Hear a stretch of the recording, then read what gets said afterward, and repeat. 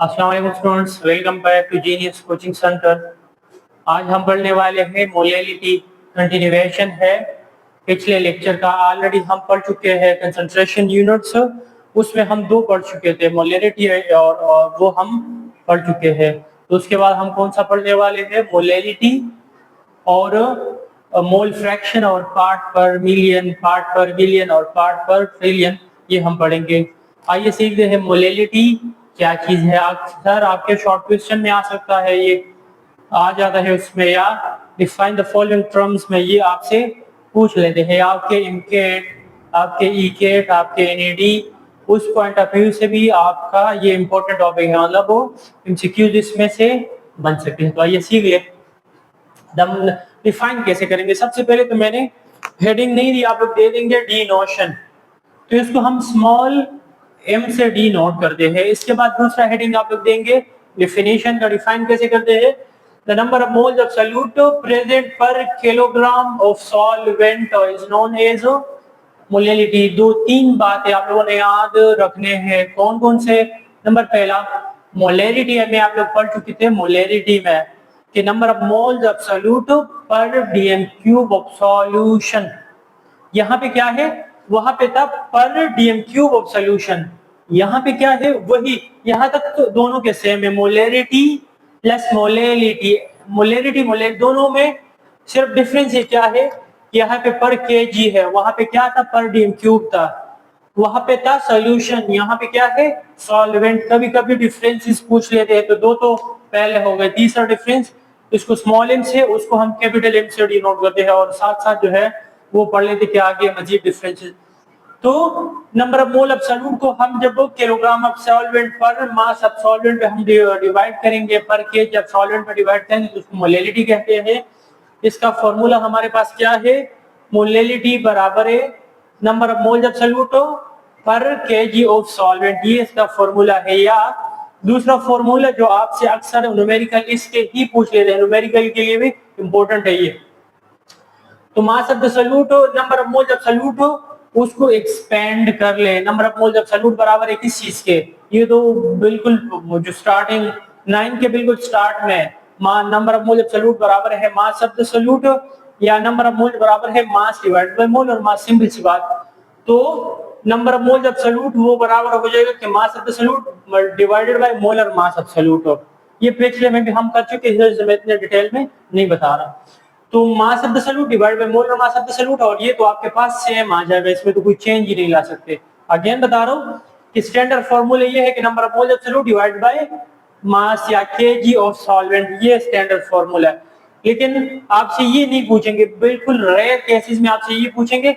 आपसे इसके ना एमसीक्यूज या न्यूमेरिकल्स पूछ सकते हैं, और पूछते भी है कि मास ऑफ द सॉल्यूट बराबर है मोलैरिटी बराबर है मास of the solute divide by molar mass of solute, और साथ में मल्टीप्लाई कर ले किस चीज को? केजी ऑफ सॉल्वेंट या मास ऑफ सॉल्वेंट जो है इसके साथ मल्टीप्लाई कर ले। इसके बाद यूनिट, इसका यूनिट क्या होगा? तो यूनिट तो आप लोग ऊपर वाले से ही निकाल ले। मास of the number of moles, mole number of moles का क्या यूनिट है? तो मोल ही हम लेते हैं, मोल divided by mass of solvent को हम केजी से ही डिनोट करते हैं। तो इसको हम मोल पर केजी में क्या करते हैं? मेजर करते हैं। जबकि मोलैरिटी को किस में मेजर कर रहे थे हम? मोल पर डीएम क्यूब। तो ये चौथा डिफरेंस, पहला, दूसरा, तीसरा, चौथा डिफरेंस आया। नंबर पांचवा, यहाँ के लिए भी वो अगर शॉर्ट क्वेश्चन में आ जाए तो भी आप लोग इंक्लूड करेंगे। डिफरेंसेस में आ जाए तो आप लोग का पांचवा डिफरेंस ये हो जाएगा, temperature has no effect on molality. कभी कभी रीजनिंग में भी ले लेते हैं, टेम्परेचर का मोलैलिटी पे कोई भी असर नहीं होता। इनके टीकेट उसमें भी आ जाते हैं। Which of the following is not affected by temperature, मतलब किसका जो है टेम्परेचर का असर के कौन से यूनिट पे नहीं है? कंसंट्रेशन यूनिट पे, तो मोलैलिटी पे नहीं है। वजह उसका ये है, temperature has no effect on molality because mass of the solvent, मतलब कि ये जो मास है, मास टेम्परेचर आपने 100 कर दिया, आपने 200 कर दिया, आपने 500 कर दिया, आपने -20 कर दिया, आपने -2000 कर लिया, मास तो सेम ही रहेगा। जब मास सेम रहेगा तो मोलैलिटी विल रिमेन कांस्टेंट। जबकि अगर मैं टेम्परेचर बढ़ाऊंगा तो डीएम क्यूब था ना मोलैरिटी में, तो वहां पे dm³ वॉल्यूम, अगर टेम्परेचर बढ़ाऊंगे तो वॉल्यूम भी बढ़ेगा, टेम्परेचर कम करूंगा तो टेम्परेचर भी कम होगा, तो मोलैरिटी पे असर है, मोलैलिटी पे नहीं है। तो आप लोग का 5 का डिफरेंस हो गया, और अगर पेपर में अलग से आ जाए तो आप लोगों ने ये भी इंक्लूड करना होगा। फिर मैंने ना खुद से किए हैं, आपके बुक में एग्जाम्पल है, आपके न्यूमेरिकल है, आप फेडरल बुक के उठाए, आप खुद से सॉल्यूट चेंज कर ले, आप खुद से सॉल्यूट का मास चेंज कर ले और वैल्यूज चेंज कर ले, मोलैरिटी में काफी डिटेल में बता चुका हूँ। तो आप लोगों ने क्या करना है, इसको खूब प्रैक्टिस करने, मोलैरिटी मोलैरिटी के 10-10 15-15 इसके सॉल्व कर ले, कभी जो है मोलैरिटी खुद से ले ले, मास जो है उसको रिक्वायर्ड डेटा में लगा ले, मतलब हमने मास मालूम करना है, कभी कभी मास आप सॉल्वेंट का सॉल्यूट का जो है वो रख ले, वो गिवन डेटा में कर ले, और मोलैरिटी या मोलैलिटी को रिक्वायर्ड डेटा में रख ले। तो ये ना मुख्तलिफ प्रैक्टिस आप लोग करेंगे, तो अभी आपके मैक्सिमम 5 मिनट लगेंगे क्योंकि समझ में आ गया है।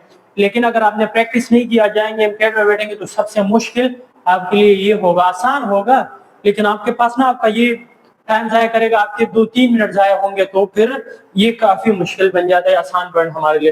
कैलकुलेट मोलैलिटी ऑफ 500 ग्लूकोज के कितने हैं, 500 ग्राम है मेरे पास, कितने, पानी के 1.5 लीटर में ग्लूकोज के 500 ग्राम है। आप इसकी मोलैलिटी मालूम कर ले, तो देखिए कॉमन सेंस को इस्तेमाल कर ले, मास भी गिवन है सॉल्यूट का, वॉल्यूम भी गिवन है, तो अब जब मास गिवन है तो ये वाला फॉर्मूला तो हम नहीं इस्तेमाल कर सकते। तो हमने क्या करना है, सबसे पहले हम ग्लूकोज का मॉलिक्यूलर मास मालूम करेंगे। ग्लूकोज का मॉलिक्यूलर मास क्या है, C6H12O6 मालूम करेंगे, तो आप लोग के पास आएगा कितना, आप लोग के पास ग्लूकोज का मास आएगा 180 ग्राम पर मोल, 180 ग्राम पर मोल आपके पास ग्लूकोज का मोलर मास आएगा। तो मैं अगेन बता रहा हूँ, आप ये इसको चेंज कर ले, आप इसको चेंज कर ले, आप ग्लूकोज की बजाय फ्रक्टोज तो है सेम, ये आप चीनी ले ले, शुगर वो शुगर हाँ C12H22O11 ले ले, उसके ले ले 1000 ग्राम ले ले। आप जो है वॉल्यूम को 1.5 से सॉरी मास 1.5 kg से की बजाय आप 0.05 ले लें, मुख्तलिफ मुश्किल सॉल्व कर ले, ताकि आपके लिए फिर मसला ना हो कहीं पे भी। इसी तरह आप सॉल्वेंट चेंज कर, सॉल्यूट चेंज कर ले, सॉल्यूट का मास चेंज कर ले, और जो है एक को जो है कभी इसको रिक्वायर्ड में रख ले, ये तो रिक्वायर्ड में नहीं आ सकते, आपका ये रिक्वायर्ड में आएगा या आपका जो है मोलैरिटी, तो इसको आप जो है मुख्तलिफ चेंज कर ले और प्रैक्टिस इसका कर ले।